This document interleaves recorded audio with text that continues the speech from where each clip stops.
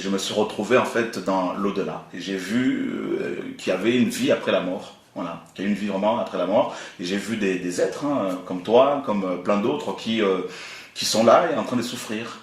Voilà, j'ai vu justement une jeune femme qui me supplie de la sortir de là, mais je ne pouvais rien faire pour elle. Et elle était dans des souffrances atroces. Et malheureusement, je ne pouvais même pas lui parler. Comment ça, elle souffrait? Qu'est-ce qui se passait? En fait, elle était dans une espèce de flamme, justement décrite dans Luc chapitre 16. Et elle était en souffrance. Et puis elle me disait, voilà, quand j'étais sur terre, j'étais une prêtresse sataniste. Je ne voulais pas pratiquer du vaudou, en fait.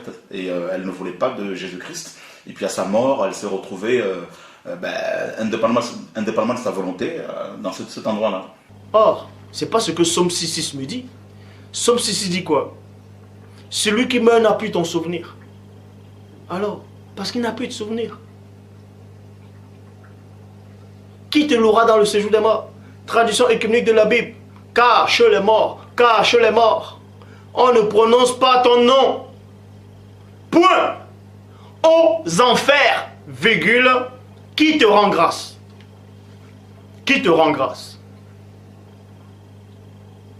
Mais personne.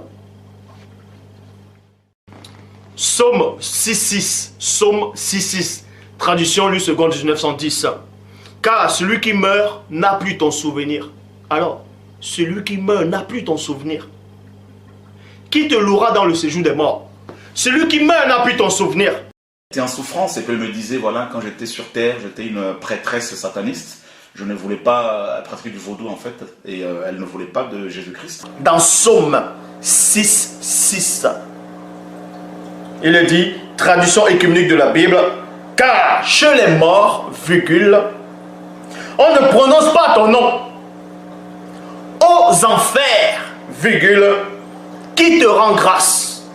Point d'interrogation. Le même chapitre, dans la Bible en français courant, il est dit, car dans la mort, on ne peut plus penser à toi, virgule, chez les défunts, on ne peut plus te louer. Chez les défunts, c'est-à-dire en enfer, dans le séjour des morts, on ne peut plus te louer. Parce que là-bas, il n'y a pas de conscience. Est-ce que vous comprenez? Il n'y a pas d'activité. On va donc expliquer cela. Dans Ecclésiaste, chapitre 9, au verset 10, il est dit, Ecclésiaste 9, 10, il est dit, tout ce que tu peux accomplir avec tes seules forces, fais-le, point. Car dans le monde des morts, car dans le monde des morts, où tu vas aller, virgule, on ne peut plus rien faire. Il y a, virgule. On ne peut pas réfléchir, virgule. Il n'y a ni connaissance, ni sagesse. Ni connaissance, ni sagesse. Nouvelle Bible seconde, il est dit, tout ce que ta main trouve à faire avec ta force, fais-le, car il n'y a ni activité, ni raison, ni connaissance, ni sagesse dans le séjour des morts où tu vas.